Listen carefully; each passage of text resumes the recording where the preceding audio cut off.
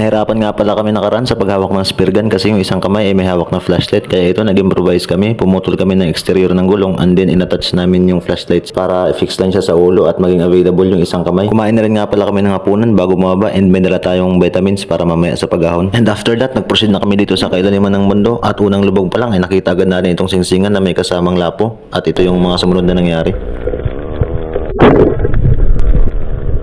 Alanganin yung tira kaya dumulas yung shafting pero buti na lang hindi siya lumayo kasi maamoy yung isda na to kaya ito inipit lang natin, hawakan ko na lang ng kamay.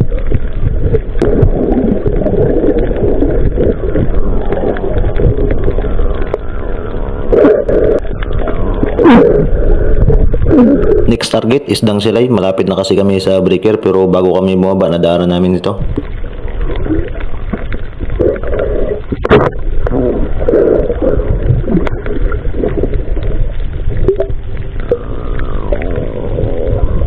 I-flex ko na rin pala yung lalagyanan ko ng isda na in-order ko pa sa Shopee. Ang gamit ko nga palang spear gun ay 75 cm. Bali pwede siya pang araw at pwede rin siya sa gabi pero mas preferred ko siya pang gabi at isang rubber lang yung kinakabit ko. Pag medyo malaki, dinodoble ko. And dito nga sa breaker medyo magalaw pero hindi naman maagos. And yung madalas na nakikita namin dito is itong isda na bite red fish kung tawagin.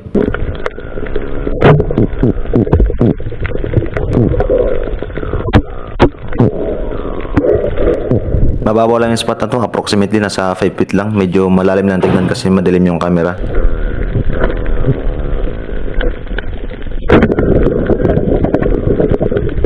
Isdang timbungan, manitis or salmonete yung tawag sa isdang ito. Kwento sa akin ng mga nauna nang nakapag-spear fishing dito is marami daw surahan dito pero doon sa malalim na part. And dahil dito lang ako sa mababaw, pinagtyagaan ko na lang itong isdang pula.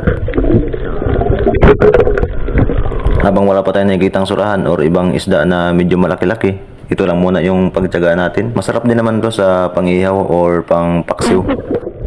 Next na lubog naman, dalagang bukid or ang tawag namin sa ganitong klase ng dalagang bukid is solid.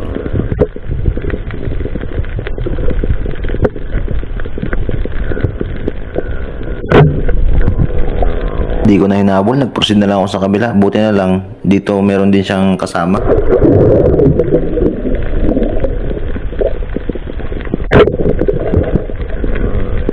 Sa may bandang hasang patinamaan, buti na lang hindi nakapunit. Hinawakan ko na para sure na. Sa part naman na ito ay lumapit ako kay Kuya Murodel kasi medyo struggle siya sa pagkabit ng isda niya. Tuhog-tuhog kasi yung gamit niya. Tapos binibirada niya pala yung mga suli dito. At ayun, sinisid na ni Kuya Murodel yung kailaliman ng Pacific Ocean. Siguro mga approximately 15 feet ito. Tapos may isa pang suli doon. Diyan pa. Nakadali siya ng isa and load ulit. Tapos babalikan niya yung isa pa. Ako ang spotter.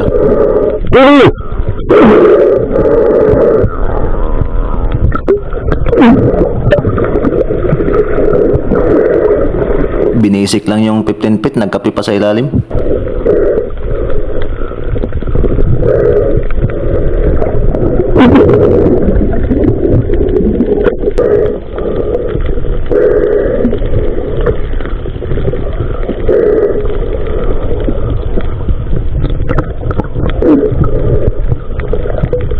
Babaw lang bro. Babaw lang. Dali mo? Hilaw daw.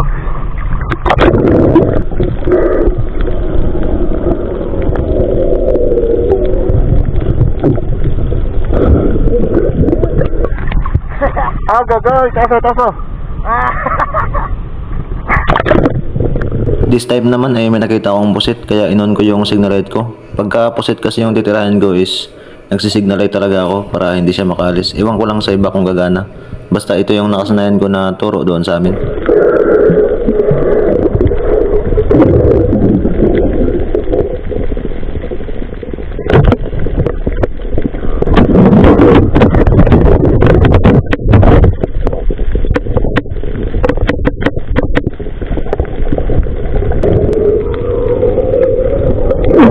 Next ay singsingan. Buti na lang nasulyapan ko yung buntot bago makatago.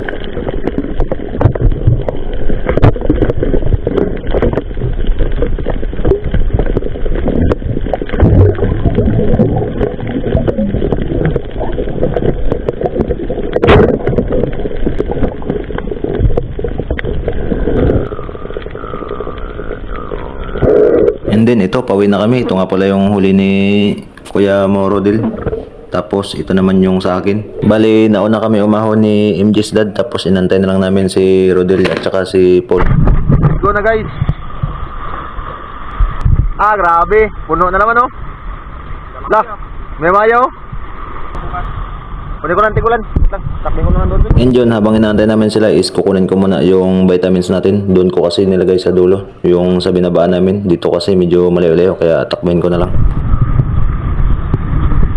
Layo-layo din yun ha. Wait lang. Yung huli ko guys. Tara na. Pati yung huli nyo guys. Grabe. Balik ko to eh. Grabe oh. Kablikot ha, masugatan ako ha. Secret. Huwag nang bigkasin. Babay. La, grabe. Akot award oh. Akot award. Ba? May mayo. Natagalan ako sa ano? Pakol? Sa pakol, malak. Ay. Ang late-late ng butas. Wasak-wasak ka. Nagano mo yung... Dami ko nakita pakol. Nagano mo yung tema niya.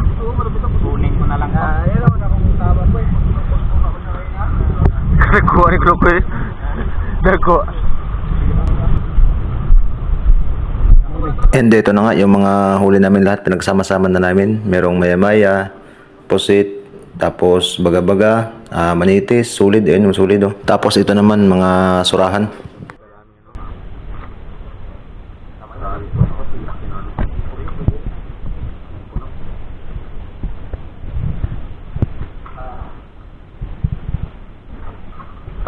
Sabay. And siyempre hindi mawawala yung photo ops. Yung huli natin. Oh, lumiit yung pusit natin ah. Tabunan nyo. Ito pala. Ito pala men. Hindi na yung pa-size kagabi, madilim eh. Tsaka yung kamerang gamit ko, ano? Kita mo yan oh. Grabe. Maya-maya, huli ni Paul. Buntot yung nakita ko dyan eh. Grabe. Ilan sabihin mo guys, pusit na nahuli ko. Wait lang. Sabihin ko sa'yo. Pusit, nahuli ni Rodel. Hindi na magpatalo. Oh. Ang huli ko, ito akin. Sa akin guys, pro grouper. Yeah. Yung huli ko. Kung mapanood to ni Torpadol, muntik na madisgrasya ang para niya dito. Luto yan. Ito. Yan, pang-ihaw. Budol fight. Ano yan, budol fight fight? Tapos ito, pampaksiw. Paksiw. Ito, ano to eh? Ito malalaki na huli ah. Ihaw to, ihaw din. Ito, prito. Pang ngayong umaga. Kasi masyado din sa kanila. Ito, pang daing. Daing to, yan. Pandaing. Doy, Shout out kay Katusok Dusong na nabulutong. Nalalo, Premium Chicken Pops. Right? alaglag. And so, ito na nga yung inihaw na pusit. And then yung ibang isda pa for preparation ng ating budol fight. And finally, the planned budol fight had been successfully conducted. And yun lamang sa araw na ito. Maraming salamat. At o nga pala, bitin sa kanin.